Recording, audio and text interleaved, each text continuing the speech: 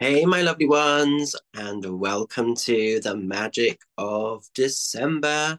It's Mitch here. I'm just coming on to do December's tarot guidance scope and see what we're going to be up against or what's coming in for us.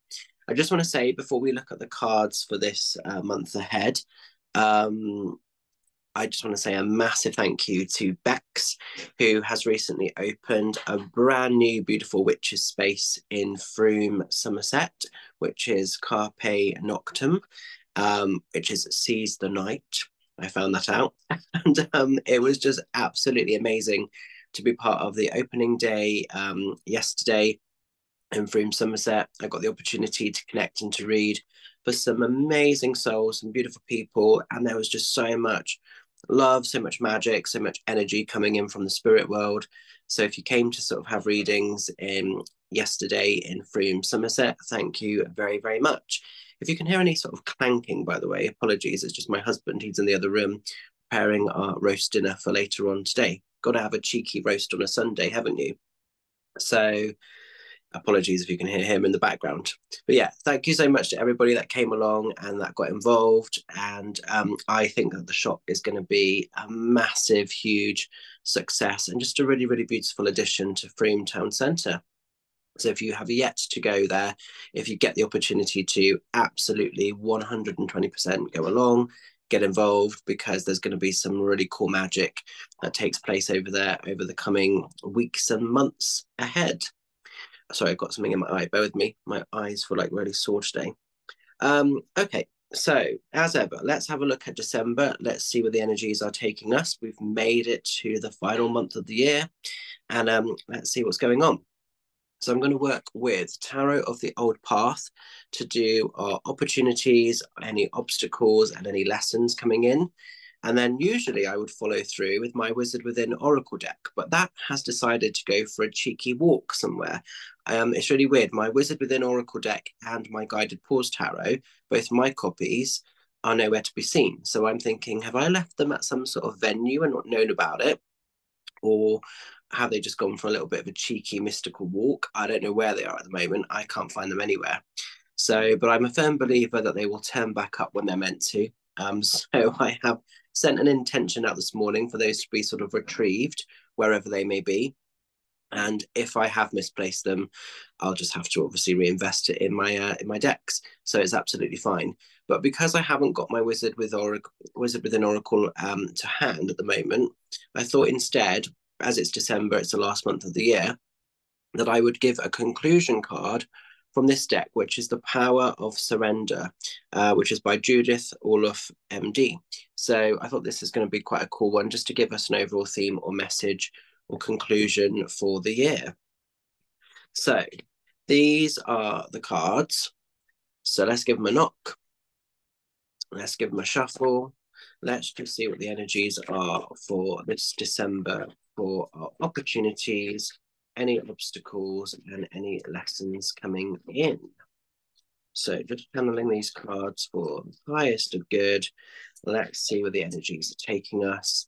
Let's see what's happening. Let's see, what we need to know about. Okay. Oh, interesting. Interesting times. Okie dokie. So, what we'll do then, in terms of our opportunities, this is really beautiful artwork on this deck. We're going into the High Priestess. So, the High Priestess, can't speak. The High Priestess is all about really owning your magic, really investing in your spirituality.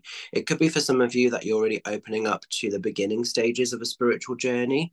It could be for some others that you've been on the path for quite a long time and are just continuing to embrace the sort of magic, the spirituality that resides within you.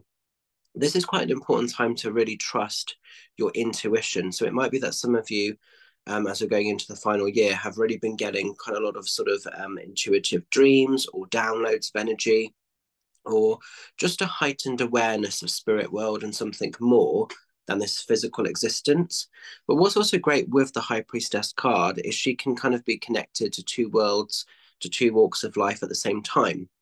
So she can be aware of the higher dimensions. She can be aware of that sort of spiritual consciousness and everything else, but she can also still have her feet firmly placed in the physical world. And what's lovely with this card is kind of she's through the sort of woods, with all that greenery, with all that kind of like earth below her feet. And she's got all the animals kind of around her. So this is being able to sort of give yourself permission to be part of the physical world, be part of that physical existence, that physical reality that we all have to live in.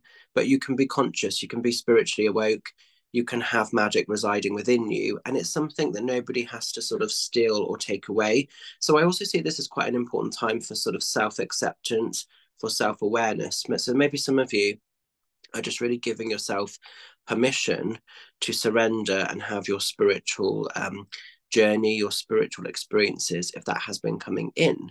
So quite a powerful time for our opportunities. Obviously, as well, we have winter solstice. So this is a time that sort of tends to be celebrated, where we just give back to the energies of the earth, and hold space for all of that. So maybe some of you are going to be doing something for winter solstice this year, which takes place on the 21st of December. I'm actually going to be at a beautiful winter solstice fair in Frome, Somerset, doing private one-to-one readings. There's going to be music, a bit of ritual work. It's going to be a really cool day, actually. So come along and get involved if you're free for that.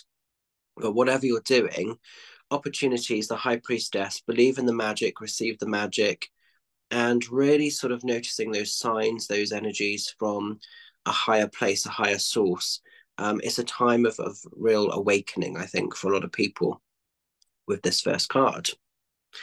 Now then, as we're moving into any kind of obstacles, we're going into the Ace of Rods. Now, Ace of Rods is quite interesting. So this is the equivalent of the Ace of Wands when it shows, but they're using it as rods in this deck. And this is usually a time to really sort of celebrate, to really invest in your magic. So maybe some of you at the moment are really fearing the ability of what's available. You know, we have that kind of butterfly there, which represents this sort of wingspan and spreading your wings and just becoming free. And I feel like some people, it's almost like even though the magic is available over here, some people are fearing the magic a little bit. And I think some people are fearful to sort of really harness and go after those hopes, those dreams, those wishes, those adventures, because essentially the wand is being gifted to you. And to make the magic work, you just have to believe in your ability. You just have to give yourself permission to surrender to the process and have that of what you seek. But there is a feeling of like insecurity and worry, and then almost like not being able to sort of weave and sort of spellcast your own way forward. And the Ace of Wands or the Ace of Rods is almost really giving you permission and acceptance that you can have this. Nobody has to steal this or take this away from you. I had a really interesting conversation with a client yesterday who ended up being a really, really impressive artist. And they live in this fear of like doubt and worry and almost like paranoid state. And it was a bit like, can you not see the quality of your success? Can you not see the quality of what you're doing, what you're bringing to the table? And they couldn't see it. And I was like, seriously? You know, and if they're not a famous artist in a few years, I will be very surprised, because the quality of the work that was being sort of put out there was amazing. So it's interesting that we don't always sort of recognize and we don't always see our own true ability. So I think this is giving yourself acceptance. So if you feel with this being obstacles, if you feel like sometimes your magic is being blocked or hindered or limited, dig a little bit deeper, because nobody has to steal or take that energy away from you. So it's really about believing and sort of knowing that you can have whatever your heart desires within reason. And finally, as we're going into the final kind of card, we're going into the energy of the Ace of Swords. And Ace of Swords is a power card, and this is coming in as a lesson. So this is all about reclaiming back your power. I think a theme that's been happening a lot this year for people is there's been a lot of severing, there's been a lot of detachment, there's been a lot of cutting away from things that we never thought we would have to cut away from, whether that be physical people, circumstances or experiences or other situations around us, and just sometimes changing the energy up. And I think that's been quite sort of fearful, quite scary for people to do. But also, it's been really enlightening, because what it offers and what it kind of brings in is a higher sense of power, a higher sense of kind of worth. So this crown is about being sort of owned, being put on. So don't let anything sort of hold you back or set you back, whether it's a physical person, a space or place, a location, a type of behavior, whatever it might be. And I think the ongoing lesson is keep believing in yourself, keep doing what works and serves for you. So, sever the ties, cut the ties that are binding you, sever and disconnect from the belief systems or the lower level energy that you might be buying into, because that doesn't have to have any sort of power over you in your world now. Rule your life in the way that you need to, by hurting and harming no other person, but just by putting your best foot forward and being open to have something bloody fabulous for your future, because that's really what this is about. So you can have all the magic of the high priestess with our opportunities, you know. Don't sort of sacrifice or surrender your own personal magic or your own personal talents or abilities for anybody else. Keep those boundaries in place. They will keep you safe. They will keep you protected. Respect yourself enough to walk away and to say, this experience, whatever it might be, doesn't serve, it doesn't work for me, and I'm going to give myself permission to have better. And you will 100% receive better once that's put in place. So I hope you can make sense of those. Let's pick the power of surrender as a final little conclusion card for December time, and see what the message is and where the energies are taking us. Oops. That's just come flying out. And it kind of makes sense of what I've just talked about. And it just says here, surrender worry. And it just says, make a commitment not to lead an anxiety driven life. When worries arise, breathe them out of your body. Focus on the power of your heart and have faith that spirit is guiding you always.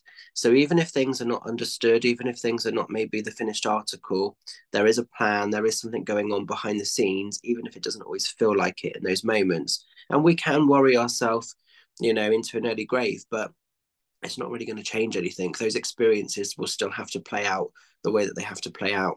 So an interesting one for the conclusion card for December. So I hope you can make sense of this message and the collective reading. I'm going to leave this with you.